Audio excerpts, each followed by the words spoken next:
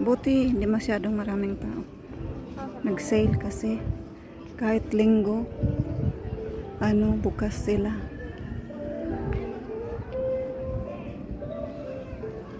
Ganda oh. Ayan oh. May palamig sila.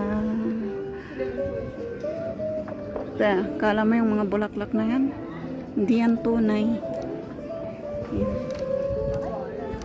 Yung daming tao. Grabe ang init. Oo. Tingnan mo. Sale. Na tayo lahat papasok dyan. Ang haba ng pela.